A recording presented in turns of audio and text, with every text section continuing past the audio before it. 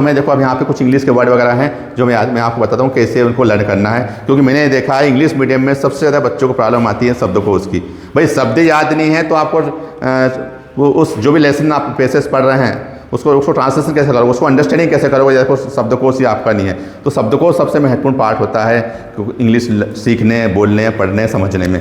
तो हमें कैसे हमारे शब्दकोश को इंक्रीज करना है, देखिए अब लिखा है सेवेज मतलब होता है जंगली, ये है ना। अब यहाँ पे देखो से वेज सारी वेज, से वेज यहाँ पे हमने सॉन्ग मेटर का यूज़ किया है, वो साथ में लिंकिंग कैसे लिंक किया इसको, से वेज सारी वेज। यहाँ से क्या पिक्चर निकाली, से वेज सारी वेज, तुम्हारे माइंड में किसकी इमेज आई, वेज की, सब्जियों की। सारी वेज जंगली लोगों ने खराब कर दी, ये देखिए।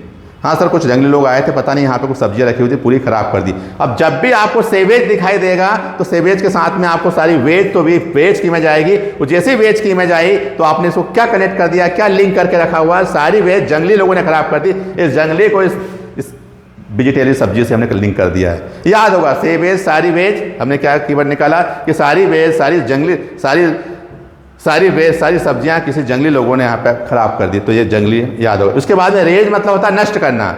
अब देखो रेज मतलब नष्ट करना, मान लो हमें ये वर्ड याद करना है, रेज रेज रेजल। इस वर्ड को जब 3 बार दोहराते हैं तो एक इंतुइटिव इमेज आएगी, इंतुइटिव पिक्चर आएगी, रेज रेज रेज रेजल। तो क्या निकल के आया, रेजल। अच्छा रेजल से लोग अपने बालों को नष्ट करते हैं, रेजल से लोग अपने बालों को नष्ट करते हैं।